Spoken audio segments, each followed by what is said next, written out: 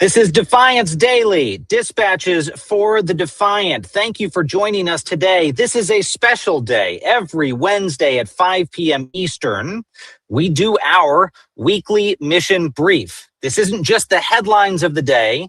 This isn't just a deep dive into the abuses of power we are seeing in Washington. This is a conversation about what can be done about it. In case you are not familiar, at defiance.org, every single week, we announce a new mission that we are undertaking to restore the constitutional order, to protect the rule of law, and to combat abuses of power. Today, we are going to be making several special announcements. Perhaps the most exciting one comes at the very end of the show. You do not want to miss it. You do not want to miss the special guests we have and what they are dressed up in. Stay until the end of the program to hear that announcement, to be the first to hear that announcement, and your opportunity to be involved. But the bigger picture today is the role of new media in fighting censorship. There's a lot going on in the United States right now, but I think more than anything, whether you are Jimmy Kimmel or whether you are James Comey, there is a conversation about a crackdown on First Amendment protected speech. But folks in the new media ecosystem have something to say about that, something to say about the protection of the First Amendment. We are seeing the explosion of that ecosystem, and members of Defiance.org have said they want to make sure that we are funding, backing, and supporting efforts to get the truth out there in a time of turmoil. We will talk today about how we are doing exactly that. We will talk to a panel of experts and new media leaders and journalists about the protection of the First Amendment and fighting censorship. But before we get to all of that, we have breaking news that we want to point out today, and this is something that we're going to be talking about more this week. And let me just give you the headline. This story just broke moments ago. According to the Associated Press, immigration officers, ICE agents, are asserting sweeping power to enter homes without a judge's warrant. I'm going to read to you from that story. This story, by the way, comes in part from one of our partner organizations that Defiance.org supports. I'll tell you about that in a moment, but this is the headline. Federal immigration officers are asserting sweeping power to forcibly enter people's homes without a judge's warrant, according to an internal Immigration and Customs Enforcement memo obtained by the Associated Press, marking a sharp reversal of long-standing guidance meant to respect constitutional limits on government searches. The story goes on to say that the memo itself, which we do not currently have, but this is according to AP's reporting, authorizes ICE officers to use force to enter a residence based solely on a more narrow administrative warrant to arrest someone with a final order of removal, a move that advocates say collides directly with Fourth Amendment protections and upends years of advice given to immigrant communities. Now, this shift, of course, comes as the Trump administration is expanding immigration arrests around the country. This news story is sure to draw a lot of attention this week. And as I noted at the top end, this story comes because two government whistleblowers, two anonymous whistleblowers, came forward and engaged with an organization called Whistleblower Aid, an organization that you all, members of Defiance.org, have supported for exactly this purpose. If you remember, a couple of months ago, we went forward with Whistleblower Aid and said, we are going to back their efforts to encourage people inside the Trump administration to expose presidential misconduct and abuses of power. This is an example of exactly that. And tomorrow on Defiance Daily, we will talk to the people behind this case. We will talk to the lawyers involved, and we will dive further into this story. But for now, I want to get to the topic at hand for today. And I want to bring in our panel in a moment. Today, we are bringing in an extraordinary group of people to talk about the role of new media fighting back against censorship in today's climate. And that's going to lead into our revelation today. about the mission defiance.org is undertaking. I want to introduce today first Julian Walker into the conversation, who is founder of Pushback, a media organization that uses digital storytelling, history, and news to educate and mobilize the Black community. Pushback has 9 million members, an extraordinary organization. Julian, we haven't met before, but my co-founder, Xander Schultz, talks about you constantly, and I'm thrilled to have you on the program, my friend. Hey, Miles, happy to be here. We also have the remarkable Jessica Yellen, who has more Emmy Awards, Peabody Awards, and Gracie Awards than I have, which is 0 in my case, but it's several for Jessica. She is an award-winning journalist. She's an author. She's a founder of a remarkable independent media outlet called News Not Noise. I hope you are following her. If you are not, you absolutely should. You should be subscribing right now. Jessica Yellen, welcome to the program. Hi, great to see you. Great to see you, my friend. And finally, we have Brian Karam, also an American journalist, also a veteran of the White House beat. I suspect you guys sat not far from each other at one point over there in White House land.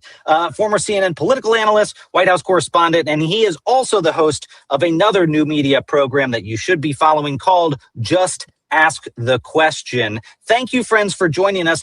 I want to start off by just saying today that we have been, a lot of us here in this conversation have been talking for about the past year about how there's going to be the likelihood of a Trump administration crackdown on the media. That's been forecast for a while, and we'll get into some of the details around that. But we just saw the other week a Washington Post journalist's home raided. And I think that finally got people waking up to the fact that this is coming. Jessica, I want to start with you on this front and just ask you, in the wake of this pending crackdown, and now seems like the administration's going that direction, what role does new media have to play to try to evade these censorship actions of the Trump administration? Well, I think there's two different parts to that question. There's what do we do in servicing the public, which is to continue to report the news as that's happening without false balance, without merely quoting them and actually putting what they're saying in context, explaining where they're misleading us, lying, missing the picture, etc., and following stories that the traditional media is under pressure not to follow. That pressure, we can talk about what it looks like. It does not look like, hey, reporter, you can't tell that story when you live in a large media institution. That's not how it works. There's just a lot of understanding that if I push into that direction, I'm likely not going to make air. So I really should push into a different direction, right? That's how that generally works. Beyond that, I also think this raises really important and concerning questions for people who are doing our work independently. The person whose house was raided, that journalist, is protected by the apparatus of the Washington Post, years of history of knowing how to defend people, institutional power, legal funds.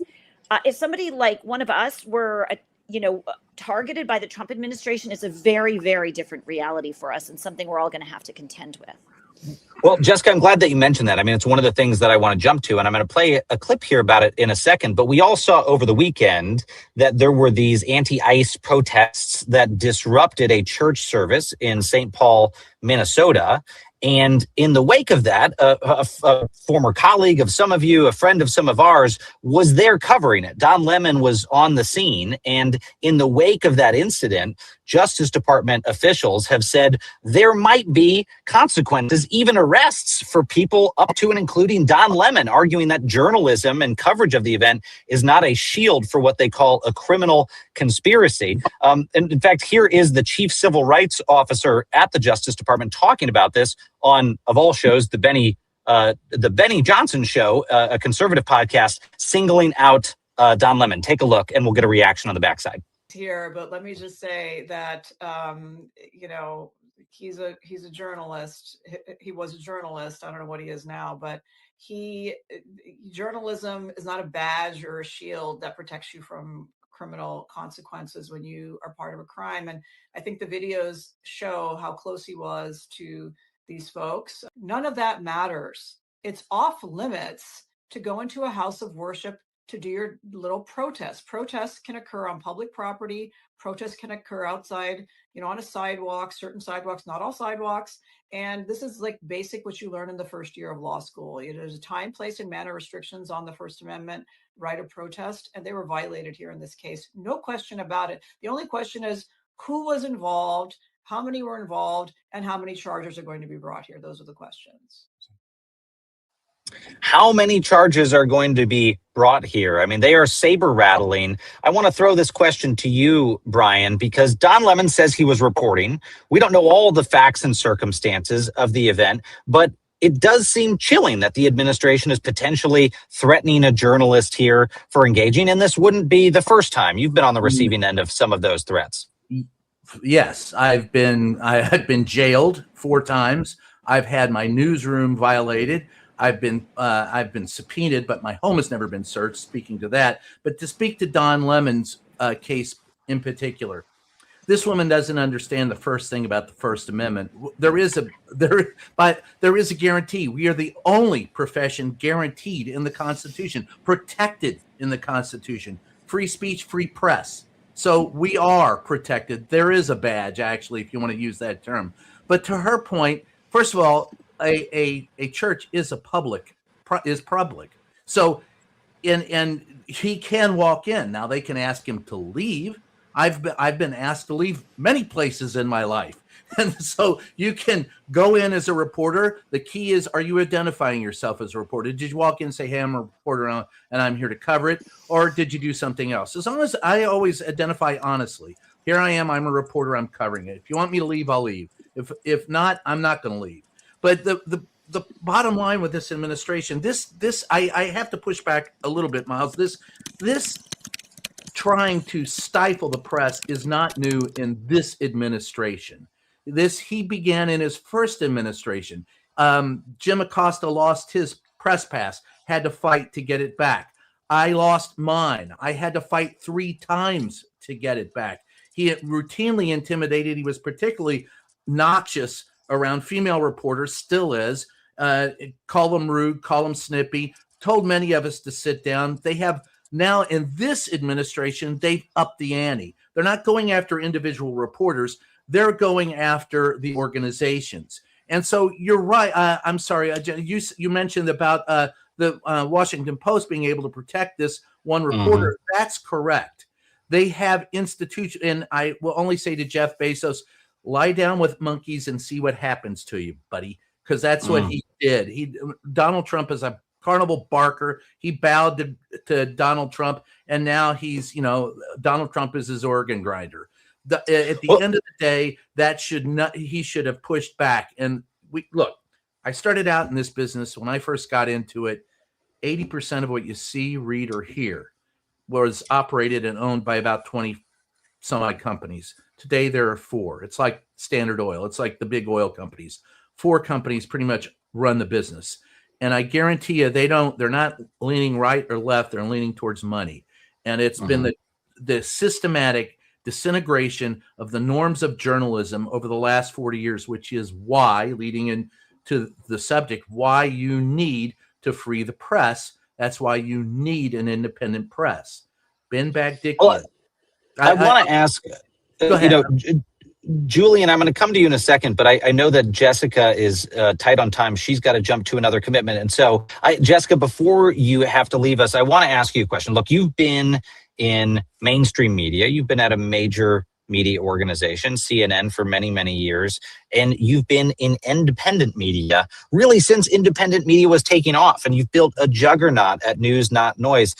Tell us the optimistic side of this, which is as the administration is trying to crack down more and more, especially on major news organizations like CBS and going after your alma mater, CNN, and trying to take that over.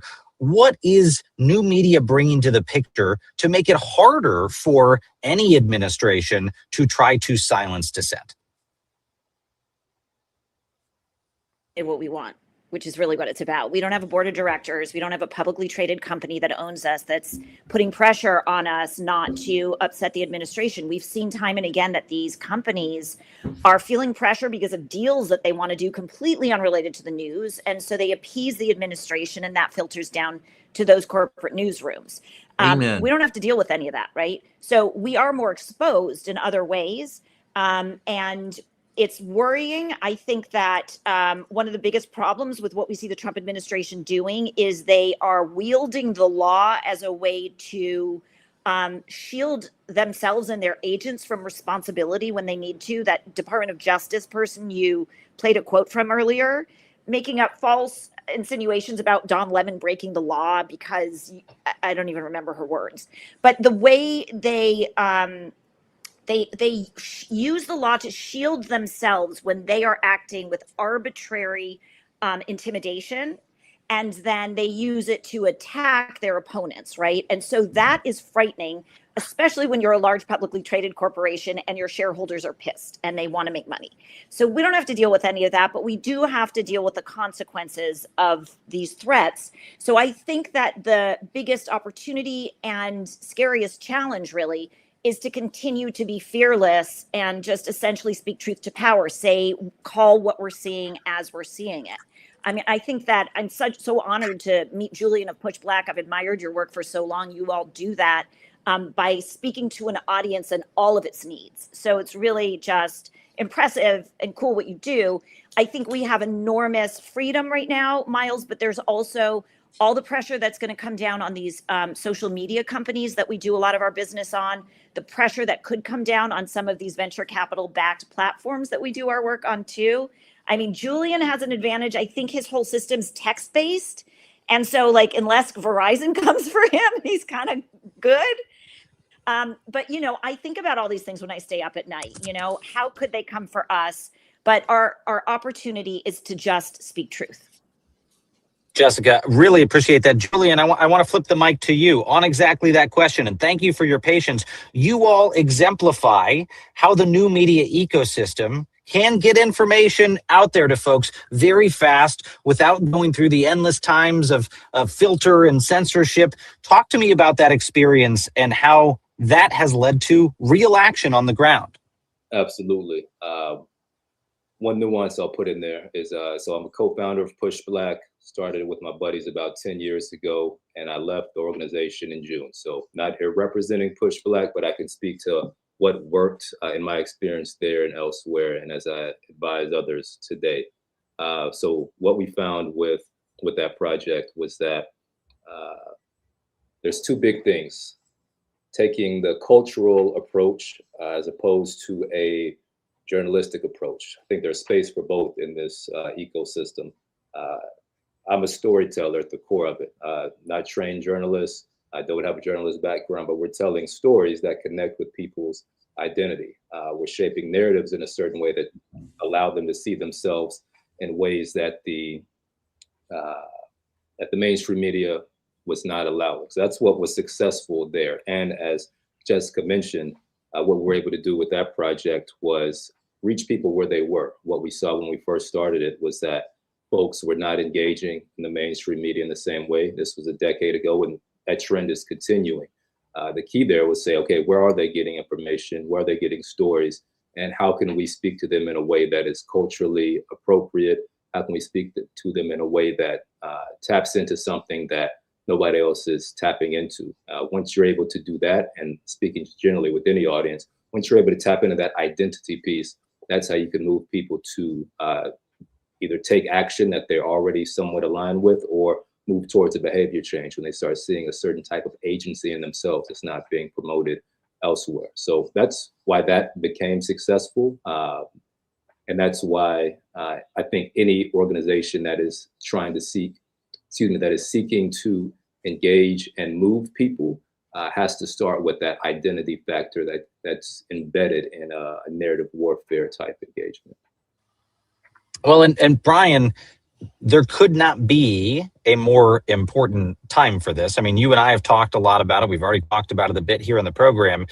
This administration's crackdown on the press is unprecedented. And I want you to give us a little bit of a sense of the scale and scope from your vantage point. But first, I want to play a clip because yesterday Donald Trump gave a press briefing on his first year in office, and was that a briefing, the world really? Yeah, I'm not even sure what you could call that. I mean, it was a word bizarre salad monologue. And I was almost going to say a bizarre performance, but it wasn't even a performance. In fact, it was interesting. I don't think she would mind me saying this, but, former White House communications director Stephanie Grisham and I were messaging about it, and just concerns about what seemed to be the president's mental and physical state. I mean, he was just, it was, bizarre even by Donald Trump standards. Go ahead. It's obvious that from the first administration to this, that there's been a decline in his mental and physical health. There's just, from someone who's been in the room and 10 feet away from him, I can tell you point blank, he ain't right. And I tell you what, and that would be something that Brian in the White House press briefing room, you might not be able to say, and they might exact retaliation. But there was a particular incident that really, they did. Yeah. Well, you have experience on that, and so does our buddy Jim. But take a look at this clip from yesterday, and let's talk about it on the back end. Thank you so much, Mr. President. Happy I've New Year. never seen this room like this. Is this a celebration of the first year? Yes. Have you ever seen it? I've never seen this many. I hope we have a very good. I hope we have a very good structural floor. This used to be a swimming pool. You're sitting over a swimming pool. I could see that happening. But we need a good structure here, don't we? Huh? Yeah. That moment, is this a celebration of the first year? And you have, Trump-friendly news outlets that have been given press badges, and they're in the room chanting. They're cheering on the president. I mean, we would mock something like this in Moscow. Please. Well, look, there's a lot to unpack there. First of all, he's full of it when he's telling you that he's never seen it that packed. It has been much more crowded. In fact, the most crowded briefing I ever attended in that briefing room, from Ronald Reagan through this guy, was the last press briefing of Obama's presidency. There were probably 150 to 200 people stuffed in a room. There are only 49 seats. And I mean, it was sweaty and sweltering. This wasn't even close to that. Secondly, yes, what you talk about is so vitally accurate for people to understand exactly how we've been compromised in the press. To begin with, we can no longer go upstairs in the upper press area where we used to meet and greet cabinet members of the administration, guests coming into the White House, and we could talk to them informally. And it helped facilitate a dialogue, which helps the administration communicate to the outside world. They don't have that anymore. We're stuck. Basically, when you see that briefing room, that little closet area where they go off to, lower press is where we can drift to. That hurts. But the big thing that they've done in hurting is making sure that the people in that briefing room are aligned with the president. He has taken over the assignment of the pool duty, so that when he does speak to people, that they are pool friendly. So the Reuters has two of the most experienced reporters out there, Steve Holland and Jeff Mason. You don't see them anymore. They ask some very good questions. Trump doesn't want them around. You won't see the AP there. You will see Fox. They have 2 or 3 seats. They have new media seats everywhere, and they'll let anybody in who, and I mean, I haven't even heard of some of these, so-called news outlets that they have let in. But he'll let in everybody who is aligning themselves with him. It becomes propaganda. The cheering and the chanting is unprecedented, and it's unfathomable, and it's un-American, and it's unconstitutional, and it is helping for us to destroy the press. By the way, I will go with a shameless plug. Free the damn press, right? Third printing of that. I outline in there the need to break up media monopolies, the need for independent journalists, but the need for the independent journalism. I was going to quote earlier Ben Bagdickian, and then I'll finish, but that's who I would quote, who said that as long as you are, to me, the independent press is our future, because without it, the corporations are screwing us over. But Ben Bagdickian's words should still ring true.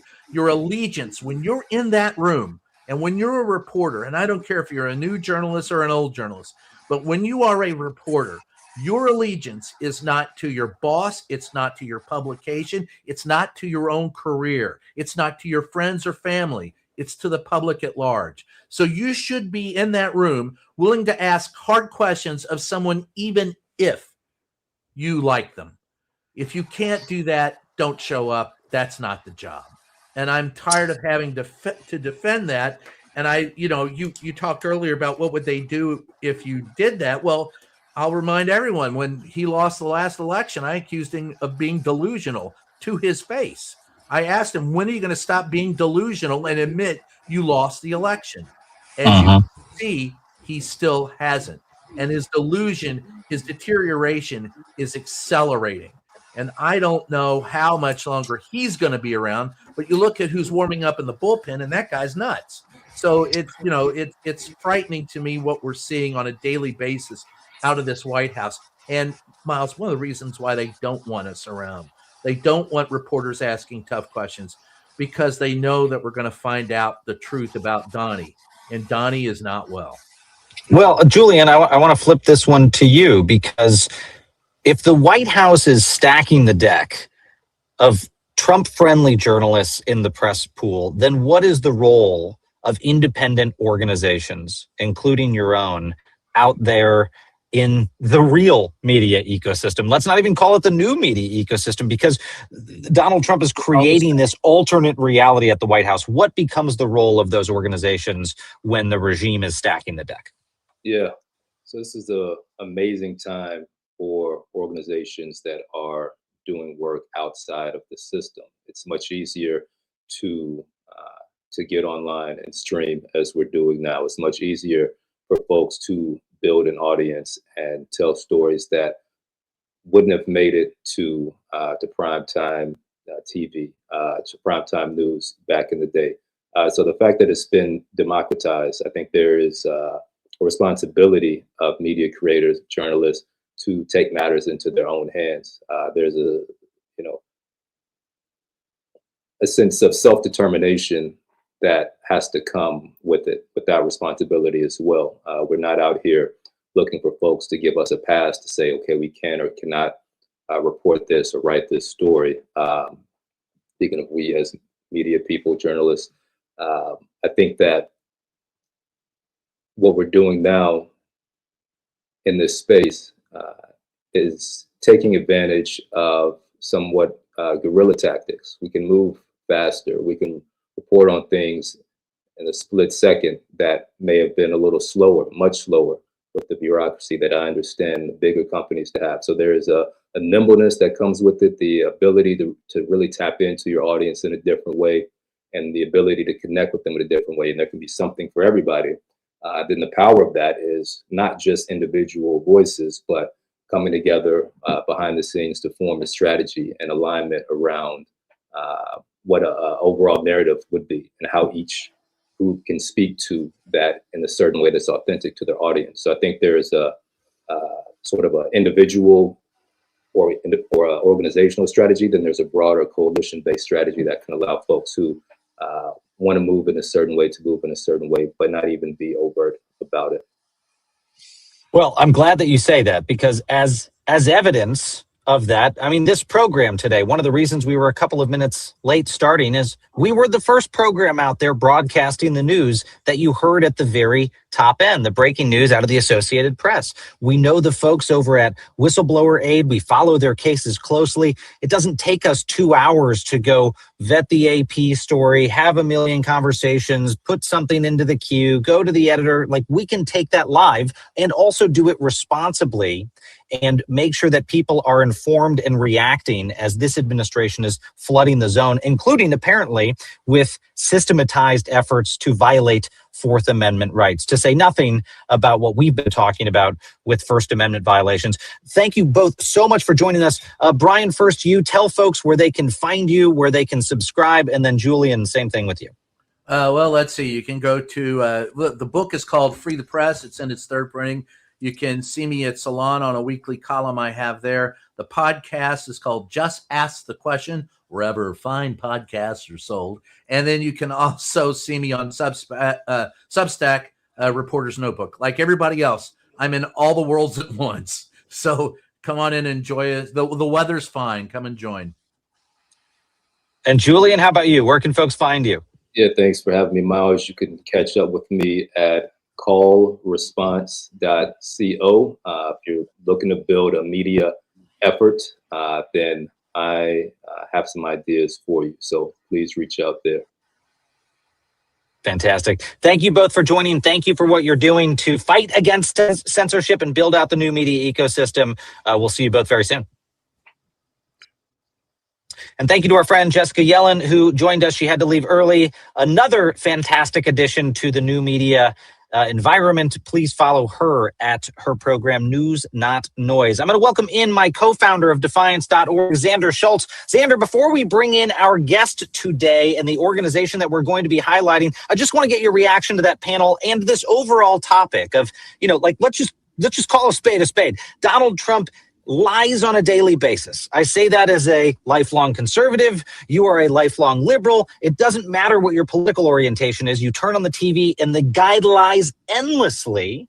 And now he's trying to make sure that the media covering him there at the White House or mainstream media propagates those lies instead of challenging those lies. That is what is happening. And that's why we're highlighting what we are highlighting this week. First of all, I got to turn my hat around because we are already two white guys with beards. To have the same hat facing the same direction, it's too much. It's too much. It's too much. But to answer your question, I find myself repeating myself on our daily podcast all the time, saying, it all comes back to the information environment, this challenge we're in even peeling off Trump's base or organizing our base or trying to take collective action together. It's so challenging because we have these decentralized networks that are siloed. And so reaching one another is hard. The traditional media environment has been failing us for some time now, really pushing a kind of corporate agenda that's been sanitized and can't really speak truth to power. Miles, I'll say this. Yesterday, you did a great interview on NPR. And NPR is, the best of probably the big guys in so many ways. But at the very end, I don't know if you caught at the very end of your piece, that they followed the end saying, and we got a comment from the White House, you shouldn't trust this guy. And it's like the traditional media can't help itself but try to get both sides, no matter how often one side is lying to them. And so there are all these challenges with traditional media right now. In the meantime, because of the way journalism has shifted, I know Tara's going to speak to this a lot, so I don't want to go on too long. We lost local journalism. And when we lost local journalism, we lost the understanding that a lot of our politics happen at the local level. The information we're consuming is national in nature. And so we forget our justice system is local, our education system's local, and so many other of the issues of our lives are figured out at that level where you can still organize and achieve victory and things aren't so partisan and aren't so polarized. And so, the ability to add back local journalism and healthy journalism is so key to getting us out of this moment. So I'm really happy that we have Tara on with us and we're talking about this. Well, let's, Xander, bring her into the conversation. We are thrilled to have with us the founder of Courier Newsroom, Tara McGowan. And, I could do a long introduction for you, but I think it's sufficient to say you've served all over the place. You've been on Capitol Hill. You've been in the realm of journalism and political strategy. You founded multiple organizations, major organizations that have played in some of our biggest elections in this country. And now you have been laser focused the past few years on exactly this issue Xander mentioned. What do we do in the wake of the death of the local newsroom? How do we continue to bring truth to the American people and not just from a cable news program? So I want to open there, Tara, and just tell us about Courier, and then we'll dive into some of the issues we were talking about in the panel. Yeah, well, thanks for having me on, guys. Good to see you. And thanks, Xander, for turning the hat around. I had FOMO. I was like, where's my Defiance hat? I'm sure that I can buy it on the site. Really good to be with you guys and with everybody watching who's here, supporting all of the opposition efforts and work that you guys are standing up. It's so important. As Miles, as you mentioned, I started Courier. It's actually almost been 7 years now, hence all the gray. care that I didn't have any of when I started it. But I started Courier in large part to try to address that problem in some small way that's gotten bigger and bigger over the years. But really, that perfect storm of the death and diminishing of local news across this country as big tech and social media platforms cannibalized traditional advertising streams. A lot of local news publishers couldn't keep up. National publishers that could really just evolve their business models to only focus on elites, folks like us that proactively consume a unhealthy amount of news and information who will pay for it. 83% of Americans don't pay for a single news product in this country. So I really did feel like the chasm of people that had and were consuming access to good local and national journalism and reporting and those who weren't is one of many factors that contributed to how we got here into an authoritarian takeover of the country. Misinformation, disinformation, and algorithmic feeds that keep us in our silos and keep us divided are one of the biggest problems that we have that have led to this crisis.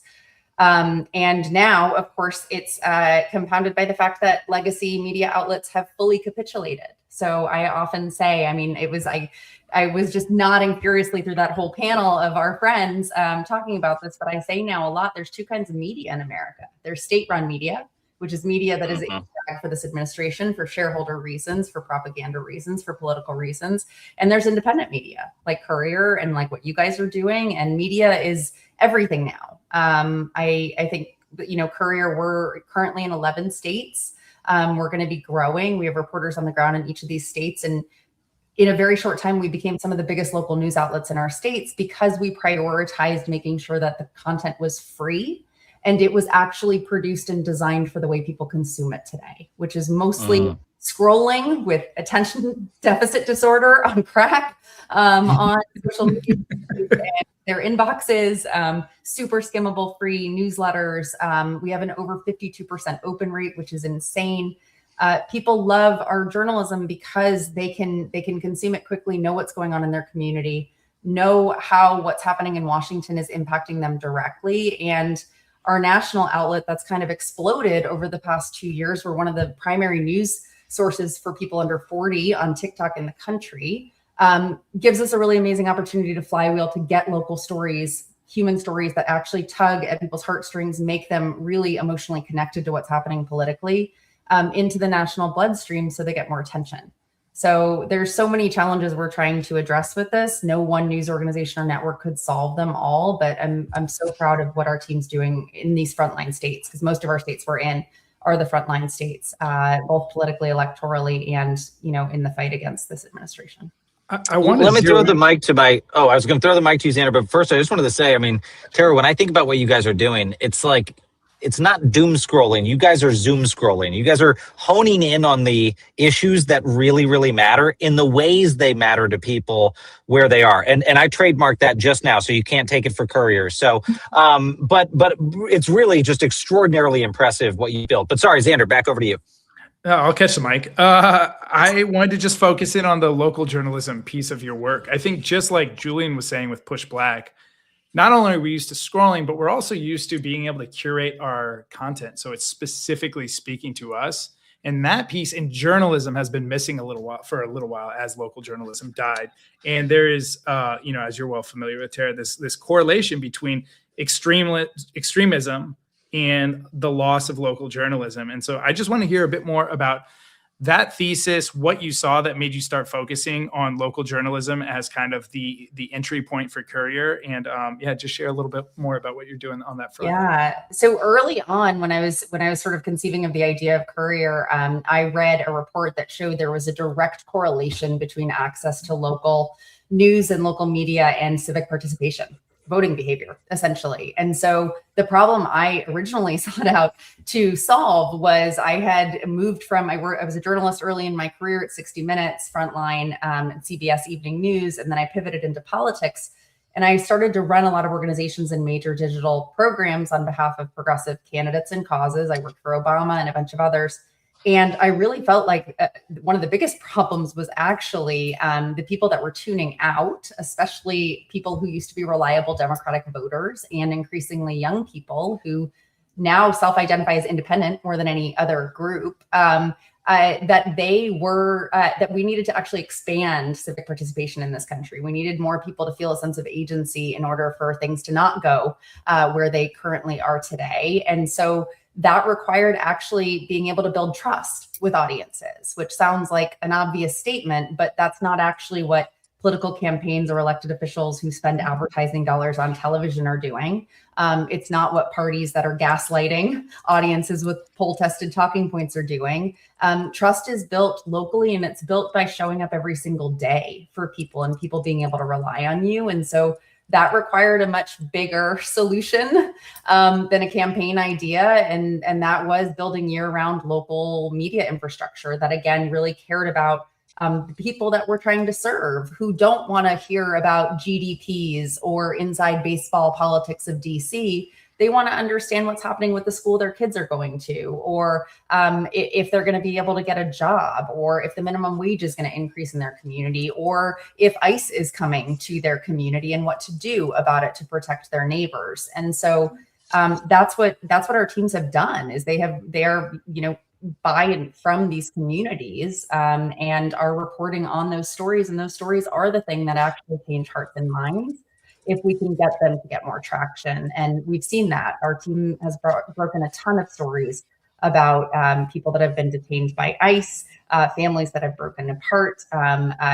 We just had our New Hampshire team broke a news story last week about a Republican state legislature that, audio leaked that she wants to resegregate schools. And so it really matters to have a presence in communities. And to answer your question, where you live is so much a part of your identity, right? It's just more visceral than how we're thinking about how hopeless and helpless we can feel when we're looking at the big picture, and how do we shift the dynamics of the political parties, or how do we wake Democrats up, or how do we get this fascist lunatic idiot out of the White House? Like, it's much more tangible, and you can actually give people real agency more quickly when you inform them about what's happening in their community and give them actions they can take. And I think that you guys would agree, we're seeing the most courageous stuff, the most inspiring stuff that is keeping us from tuning out and moving to Europe if we can, or just disengaging. It's the heroism that's happening by local, regular American citizens standing up for their communities and their neighbors. And those stories also make that courage contagious. So it's so important. And national DC press corps is not going to do any of it.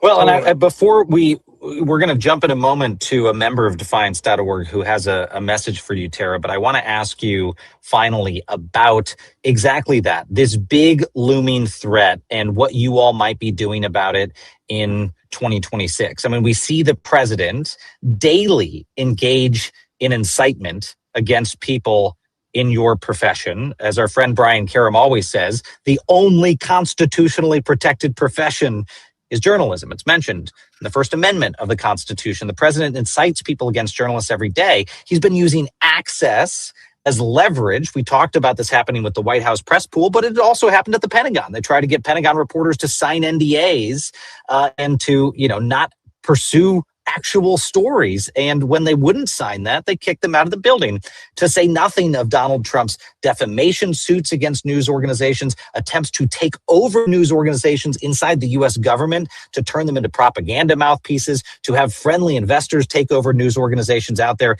that he doesn't like. He's made threats to revoke broadcast licenses. He's made threats against individual journalists. He's opening criminal investigations, and he's revoking protections for them. And that's just a sample list of the things he's doing. So you're in a profession that's under siege, but you all are doing this in a way that defies the censorship, and in 2026 goes a step further. You are trying to make sure people get information to help get us past this period in American history. Talk to us about that. Talk to us about what your agenda is for this year. Yeah. And look, Miles, you know better than most people, none of us are safe, right, from this administration. And I think one of the most important things that can be done is to not let them fearmonger us into submission or silence. And And what's equally important is that we are much stronger when we are collectively working on this work, right? Lone actors, individuals, or one-off companies, like if they're not banding together, they're operating out of fear, and eventually they're not going to stand up. I mean, we changed our tagline at Courier after the election in 2024 to News with Courage. We exist to fight authoritarianism and this MAGA brand of really corrupt and cruel politics. And so we won't back down, and our reporters feel much more emboldened because they know that we'll have their back to the degree we can, but also that this work is not optional. It is the only thing that matters, is that we make sure that we continue to bear witness. We help everyone else bear witness. We break through these algorithms to be able to make sure that people stay informed, enraged, and engaged. And of course, what we're focused on this year is the midterms. I mean, as a former political strategist, this should be a tsunami for Democrats up and down the ballot, regardless of their terrible lack of support and favorability and trust by the American people, purely because of a referendum on this administration. It's deeply unpopular. What they're doing is deeply unpopular. And yet it's really, really, really, really important that we don't take that for granted, because we know that they are going to screw with it. They're going to screw with the elections. They're already planning so many things. Trump said last week, maybe there doesn't need to be one. There's no floor for these people. And so we are really, really, really focused on how do we do our part, especially as a local news network, at making sure that we are reaching as many folks in the most competitive districts within our states as possible. That's going to be a lot of our expansion this year, is just getting really hyper local in a lot of our states, because the congressional and state legislative maps matter so much. And that'll be a big focus area, but also it needs to go beyond elections. We need to be able to start building movement muscle in ordinary citizens. We're seeing it happen organically, but economic boycotts, labor strikes, these are things that transcend politics, that deeply matter and can be deeply impactful. And so we see ourselves as having a role and a responsibility in bringing our audiences along into more of those actions as well. Well, I'm thrilled to hear it. You are the nation's leading opposition news organization, and I will tell you, our members are very, very excited about that. I mean, when we had our last members meeting, we heard from thousands of people about how they wanted Defiance.org this year to be engaging in the midterm elections, and not just in the traditional way of, go fund a super PAC and let's find good candidates, but to make sure the American people have the infrastructure for a free and fair election. And one of the most crucial pieces of that, and I know personally because Donald Trump is going to try to hijack executive orders that I wrote for him to claim he can seize ballots and change voting laws. He cannot do that. And so people are going to need good information from the frontline organizations like yours to make sure this is a free and fair election and we restore our country. So with that, Xander, let me throw it over to you, because I think we have a Defiance.org member who wants to make an announcement. You can throw it to me, and I'm going to throw it right to that member because I'm so happy, Terry, you spoke about your work in these key districts. We promised our Defiance members we were going to bring a scalpel to this fight, not a hammer. We were going to be specific in how we won and partner with the best orgs. And so before I go on, let me throw it to the member real quickly, and then we can continue. Hi, Defiance member Jen Jackson from lovely Dallas, Oregon here. And on behalf of all Defiance members, I am proud to award a $10,000 grant to Courier to help advance their very important work in critical districts in advance of the midterms. Thank you for what you're doing on behalf of all of us. Woo-woo!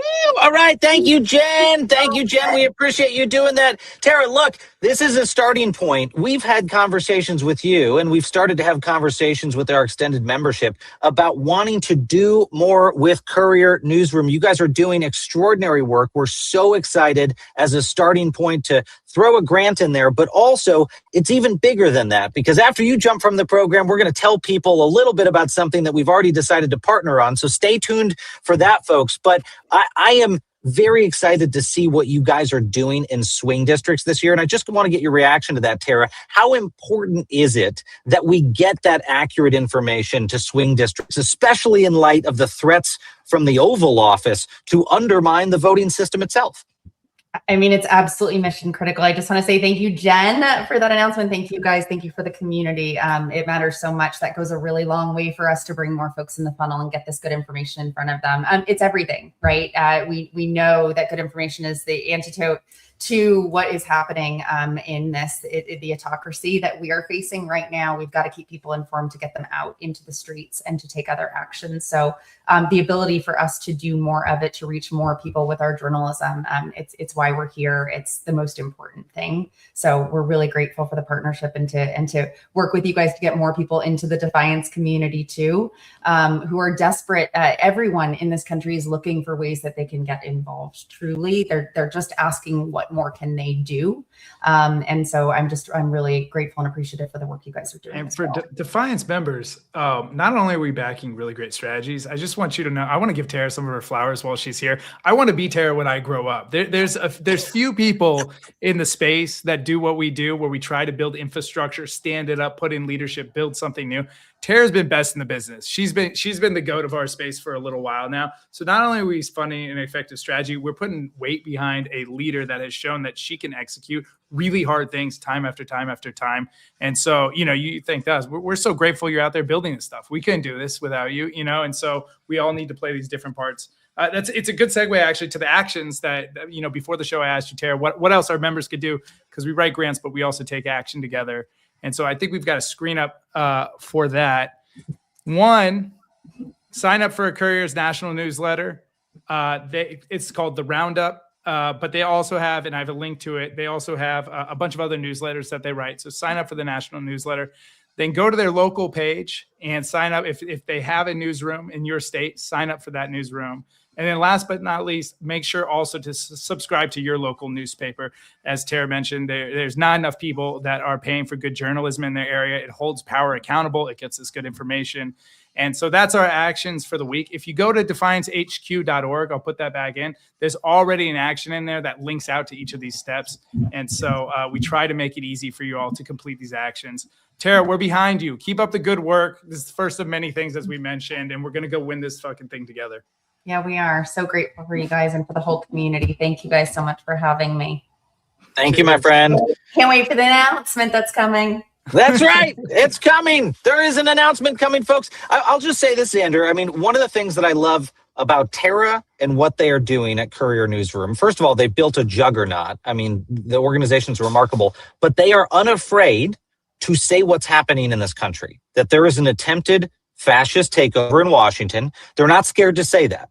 I go on a lot of the different news networks. Almost all of them are terrified to say that. Those news organizations, they don't want to weigh in. They want to give both sides equal time. Well, you know what? If we were living in Nazi Germany, knowing what we know now, we wouldn't be so interested in giving both sides equal time. And what Courier's been so good at doing is just putting the truth out there, saying it loudly. It's not a difference of opinion about whether there's an attempted autocratic takeover. You just need to go read the Constitution and then open your eyes and see what's happening. And a conservative sitting right here and a socialist sitting next to me on the screen can agree on that. Yeah, it's crazy that like the kind of old legacy media just cannot help itself. But when they present two sides, it's like two partisan sides versus two sides of a legitimate argument. It drove me crazy the other day when I saw the shooting in Minneapolis, the second shooting. And the New York Times reported that DHS said it was a Venezuelan criminal that was evading arrest and fighting with the officers. It's like, well, I don't even know why we're quoting these guys anymore. How often, how frequently do they have to lie to you to say, hey, maybe this isn't who we should be getting information from? Secondly, and I'll say this, it's funny, the folks that are speaking truth to power are the ones benefiting too. Courier is growing like gangbusters because they're doing this. So the whole like keep your head down so you're safe thing does nothing for you as a journalist or as an organization, etc. We're growing like crazy. Courier is growing like crazy. Keep calling it out, as you see it, and people respond. People aren't dumb. Everyone sees what's going on. It's really the kind of elites and traditional media that are the only folks not calling it out in the ways that everyone else sees it. So it's awesome to be a part of their ecosystem, some of their supporters, and we're just going to keep this thing rolling with them. Well, and I'll just say this, a big thank you to defiance.org members. I'm very glad that you have pushed us as a club to start doing more to directly support different new media organizations that are going to be playing critically in these elections. I mean, today's weekly mission brief and these actions tie exactly to what we were talking about last week about Donald Trump fantasizing about seizing ballots, which is something he told the New York Times just a little over a week ago that he wishes he had done in 2020, which is a roadmap for what he might do this year. Conversations the president has had in the past 7 days about canceling elections, and his discussions about saying he's going to undertake a nationwide campaign to crack down on mail-in ballots. These are all things the president of the United States cannot do, but he claims to be trying to do. And it could not be more important that we have news organizations out there willing to say, this is black and white. These are not shades of gray. This is lawless. This is autocratic. We have to fight it. So Courier is doing exactly that. Very proud for us to associate them. Hope this is the beginning of defiance.org doing a lot more to support that organization and its amazing work. Now, Xander, that leads us into the final portion of our program. We promised that we had an announcement, and the announcement fits with today's theme of new media fighting back against censorship. And before we bring on our guests, I just want to talk about where this originated. And I want to get you telling us a little bit about the organization that's going to come and join us. But at the outset of this, a few months ago, we said, you know, what is going to be the biggest moment next year in 2026 to call out Donald Trump's abuses of power, to call out the litany of constitutional violations and democratic norms that have been imploded. And very quickly, we came to the conclusion we need to counter-program his State of the Union address. Donald Trump, of course, now back in office, has not yet delivered a State of the Union address. He delivered, of course, his inaugural address last year, but this year will be his first State of the Union address back in office. And if it's like any of the others in his first term, it will be chock full of lies. But this time, he does it as a very clear wannabe dictator. He's aspiring to do things he was never able to do in his first term. And that message needs to be countered more powerfully than ever. And you, Xander, had an idea for an organization we might partner with to put on such an event. Tell us a little bit about them. Well, I don't know if they're as much an organization as the symbol of the resistance at this point. You know, we've talked a lot about what works when confronting fascism. And a lot of the tactics that have worked historically have been forcing the fascist powers to clearly look like the bad guys by putting them up against an opposition that is clearly not violent and can't be cast as the domestic terrorist that they want us to cast us as. Whether that's, you know, King with the children he put at the front of the civil rights movement, the Russian Revolution, the old women that walked downtown Moscow and forced the soldiers to lay down their arms. And so turns out, you know, the Americans, like everything else, do things in style. And so we had a brigade of frogs emerge in Portland and start dancing to EDC music and really show, you know, Trump and his cronies to be the liars that they are. And so I reached out to them. I'm in Portland. And so it was easy for me to walk across town, meet with these guys and say, look, we've got to team up. You guys are quickly becoming a great example of exactly how we stand up to fascism here in America and show them that we are nothing but law-abiding citizens that want to see our democracy work. We're not here to hurt anyone. We just want to see this thing function. So yeah, I'm very excited. Wow. That was a long intro, but I'm very excited to bring these guys on. Without further ado, we'll bring them in and we'll talk about what we're planning. Let me welcome first Ribbit Wrangler, who is the co-founder of the Portland Frog Brigade. His name speaks to his mission in this moment, wrangling an army of frogs to model and advocate for peaceful creative dissent in support of the resistance. He joins us from his native pond in Portland, Oregon. Ribbit, welcome to the program. Hi, guys. Nice to to have you here. I'm also thrilled to welcome Slurmit the Frog, who is another co-founder of the Portland Frog Brigade and a lover of costumes and theater. Obviously, he found his place in this resistance when he saw a costumed frog get sprayed in the frog hole. Though this is a serious matter, the symbol of the frog now brings hope and joy to people during these troubling times. Slurmit, welcome to the program. Hello, everybody. Brent, it's great to have you. I want you to tell me, I know people are waiting on pins and needles. I said we're going to counter program the State of the Union. I'm going to tell them what I mean by that in a second, but I want you to tell me how this all began. Talk to me about what happened in Portland, how the frogs responded, and what it told America. Yeah, sure thing. Hey, first off, it's really good to be on your guys' show. Appreciate what you're doing so much. Enjoyed the other guests on the show as well. Again, thanks for having us here. So back in October of 2025, one dude was standing in front of the ice facility here in Portland, and he was wearing an inflatable frog suit just because he likes frogs. And it was just kind of a happenstance thing. And he was standing up against a bunch of ICE agents that were defending the ice facility, and they pepper sprayed him right up his vent hole, which is pretty brutal because this thing is a little ecosystem, and it's your own little tent. And believe me, you don't want pepper spray blowing up here. So that moment went viral. And then Slurmit, who's my co-founder here, started to go out there as well. So he saw what Toad was doing. He was the original frog, and he decided to stand out there on the line with him in solidarity. So got in his own frog suit and continued to do that. And I saw what was going on, and I reached out to Slurmit and said, hey, you know what? I think this could have a lot more impact than it does here in Portland. I think this could have national impact on the resistance, and maybe we should do something with this. And he agreed, and so we formed this into an organization. We've got 80 people in our Signal chat, and we've got about 20 of those that are active frogs that we dispatch those frogs to partner organizations who want to amplify their events using a frog, because we get a lot of attention, and we're a lot of fun, and we bring a lot of community joy and a sense of community resilience. So we work with Indivisible and No Kings and 5051 and organizations like that. And we're on call. We go where we're invited, and we ask how we can be of service and amplify people's events.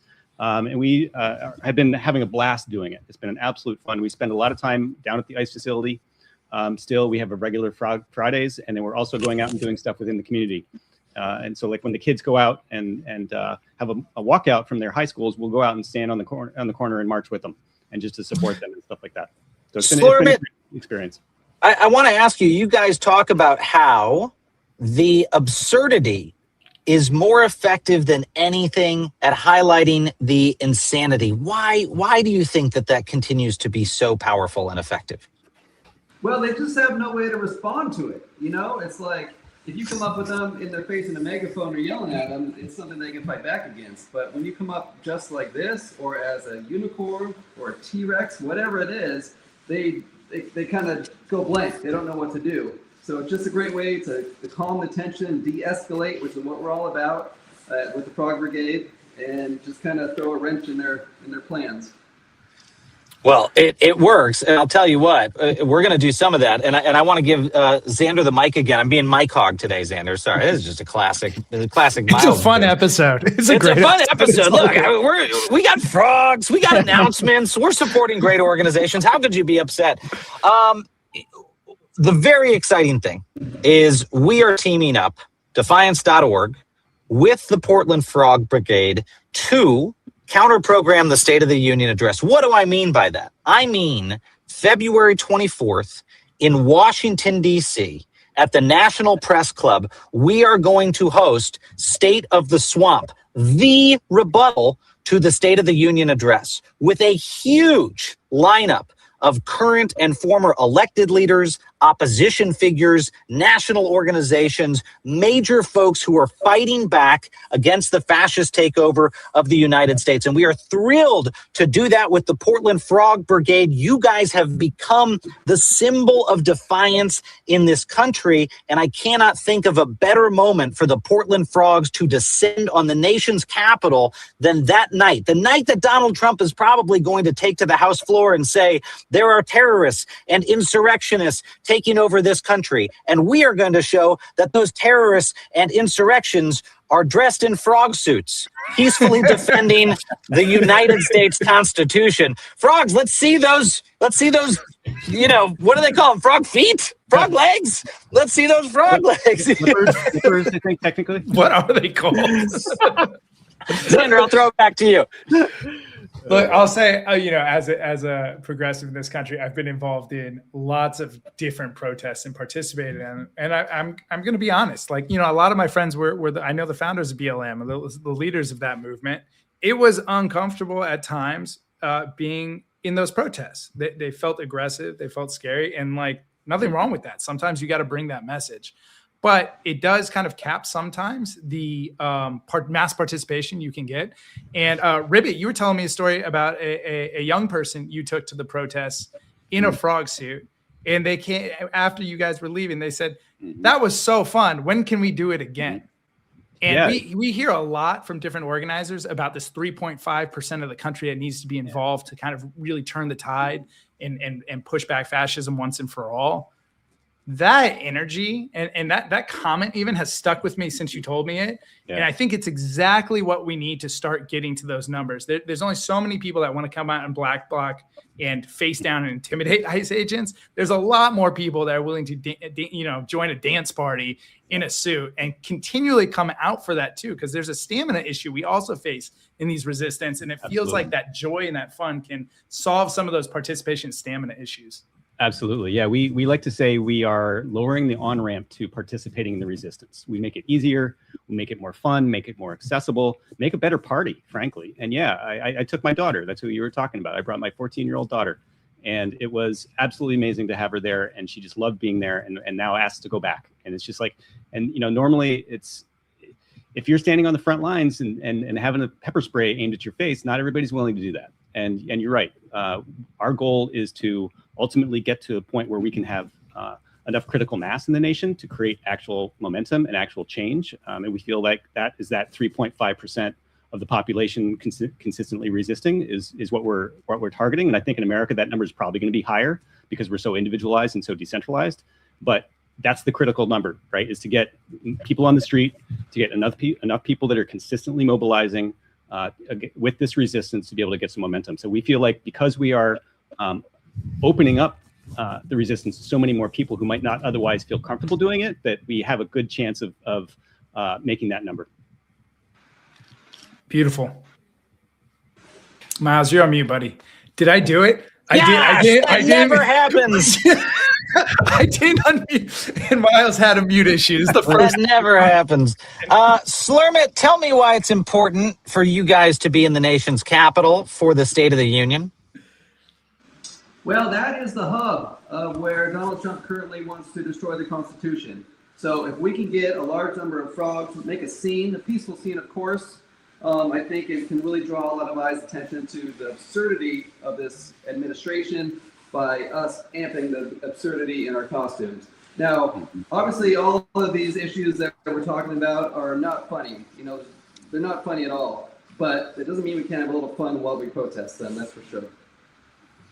Yeah, well, look, I am very excited to be doing this with you all. We are thrilled. Let me give folks the final details of what's going to happen next. Is people should be ready. Tomorrow at 12 noon, we are going to open up the pre-sale for the State of the Swamp, the rebuttal to the State of the Union in Washington, D.C., for in-person live tickets. If you cannot make it in-person live, there will be virtual tickets. You can watch the event streamed free across the country. We are also thrilled to announce that the organization we just brought on to sponsor, Courier, is going to be participating and helping us get that out to the country. They're going to help co-host this program to make sure that we reach millions of Americans with that program. We get out there, we get the word out there, and there's going to be an opportunity for folks to sign up to have a virtual VIP experience if they can't be with us in person, but they really, really want to be involved in that rebuttal to the State of the Union. That pre-sale starts tomorrow at 12 noon Eastern. We're going to open it up to members of defiance.org. If you are a member of defiance.org, you will get that unique pre-sale access tomorrow at 12 noon. If you are not a member of defiance.org, you can sign up today, and you will get that information. Sign up today. We will get you access to the pre-sale tomorrow at 12 noon, and then tickets open to the public this Friday at 12 noon Eastern. Now, Defiance.org members, you will be the first to know who is speaking at this event. Like I said, we're going to have current and former elected leaders, senior opposition figures, folks from around the country at this event. It will be the rebuttal to Donald Trump's State of the Union. You do not want to miss it. So look in your inboxes tomorrow and be ready at 12 noon Eastern. Those will go live for members of defiance.org. And then, like I said, available to the public starting this Friday at 12 noon. Frogs, anything to add?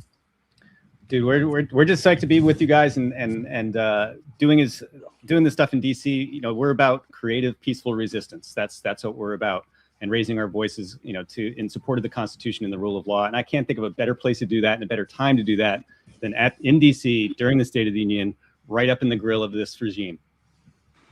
Right up in the grill of this regime. Yeah, Slurmit, sorry, go for it. 3 words, frogs together, strong. Frogs together, strong. We got this. You guys, I have to say, Ribbit Wrangler, Slurmit the Frog, we're going to give you a round of applause. If folks are following on social media, hit the heart button, hit the like button for these guys. We are so thrilled to team with you. We will see you guys in Washington, D.C., February 24th. Thanks for joining the program today. Thanks, guys. Thank you, guys. See you soon. Xander, I could not be more excited about this. I will, by the way, members of defiance.org, you'll get information before 12 noon Eastern tomorrow, so you know when and where and how to access that pre-sale for the event. We will send it out to you. I will say, Xander, we're already hearing from folks who haven't been invited as speakers yet, saying, wait, how do I become a speaker at this event? The lineup is stacked. The lineup is stacked. We have celebrities and top opposition figures. It's going to be amazing. Yeah, this is the rebuttal the DNC wish they hosted. We're So going to be true. home to the real rebuttal, man. Yeah, it's going to be great. And it'll be great to see so many of you in person. You know, it's awesome, this new media world we're living in, that we can scale things like this so quickly. But I do spend my life in my 4th bedroom at my house. And so getting out there with all of you, seeing you in person, having some fun and fighting back is going to be fantastic. Well, and I'll say this to make life easier on our back end folks and our tech support folks. If you want that early access to the pre-sale, make sure to sign up by midnight tonight as a member of defiance.org, because past that cutoff, it's going to be too tough for the guys to go back into the systems, figure out who's joined as a member. So as long as you join defiance.org by midnight tonight, you'll get access to that pre-sale as well. We hope to see as many of you as possible in Washington. And by the way, some of those packages allow you to get your own frog suit, and there are going to be opportunities to don that frog suit. So stay tuned for that. You'll see some of that on the event page, and you'll find out more in the coming weeks. We are incredibly excited to do this. The Portland Frog Brigade folks are geniuses. They are brave. They are amazing. They have become a symbol of the Defiance. They're going to be great to do this with. And again, same thing with Courier. Courier has become the opposition newsroom, and we are just thrilled to team with them as well to make sure we get this out to the nation. Miles, can I make a stronger CTA to anyone listening? Yes. Join the Defiance now. Like, you see what we're doing. There's not another organization out here working this hard to make sure you have stuff to do on we used to be weekly. Now it's daily basis. We're giving action steps to fight back. We're bringing in the best leaders in the country. We're throwing the kitchen sink at this thing in the way that we wish our leaders in government were. And so, but we need to be bigger. If you're a Defiance member, tell 5 friends to join the Defiance. If you're not a Defiance member, sign up now. We need gas in the car so we're ready to drive this thing. We have members participating at scale. We're ready to drive this thing right at the issue. But I'm mixing metaphors now at this point. But sign up. If you've been listening to us for a while, the goal is not for me and Miles to be pundits and media personalities. This is just a medium to get you the information you need and get you fired up about doing things. Yeah. Second that, brother. Most exciting cause I've ever been involved in. And I know we say all the time, you know, these are dark times. People are doom scrolling, but I will repeat again and again, it is an honor to get to fight to protect the rule of law and a constitutional way of life in this country. It's an absolute honor to do that. And if you want to make that switch from being depressed every day about what you're seeing in the news to being enthused and inspired and energized to take action to counter it, come join this organization. This is what we do. We crowdfund amazing efforts around the country to fight back against those abuses of power, and we crowdsource actions to amplify those groups that we support. So we're out there doing it every single day, folks. Thrilled to have the members that we have. Now excited to say we've got Defiance.org members in all 50 states, more than 10,000 people across 50 states that are part of that core club. This is incredible. It's been great to work with this team. I'll remind folks that if you are a member of Defiance.org, tomorrow you will get an email from our member hub, defiance.news. That's where you can find all the information about what we announced today. You'll be able to find a replay of the episode, and we will send you those actions that we put up on the screen, your actions for the week. So stay tuned. You'll get that email in your inbox. If for some reason you don't, just head over to defiance.news under the actions tab to see the replay of this weekly mission brief. Now, before we leave, Xander, I just want to highlight the Defiance win of the week, which we didn't have a chance to do earlier. We had to jump into the program, but we always want to highlight a Defiance win in these programs. And this week, we saw, of course, ICE operations escalating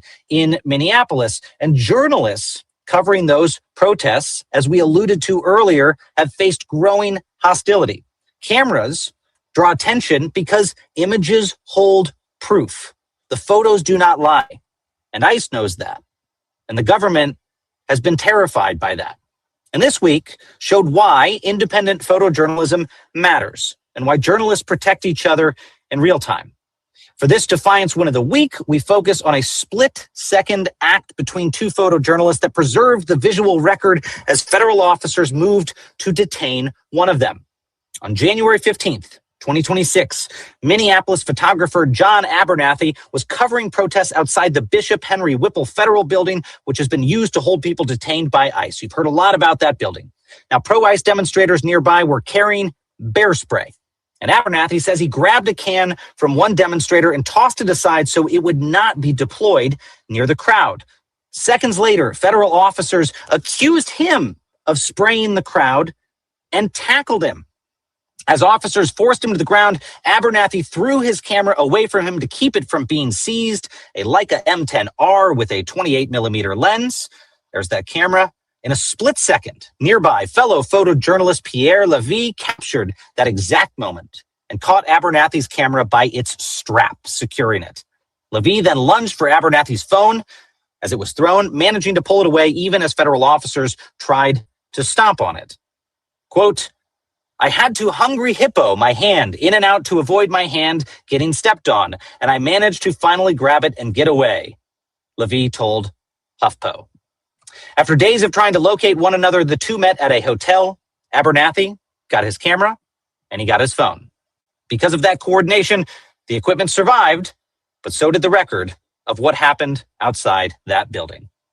The Defiance win of the week goes to those two photojournalists and to independent media everywhere who are covering the Trump regime's abuses of power. That is today's episode of Defiance Daily. Folks, this is our weekly mission brief every Wednesday at 5 p.m. Eastern. You can tune into the weekly mission brief, and we hope to see you tomorrow for a regular episode of Defiance Daily, Dispatches for the Defiant.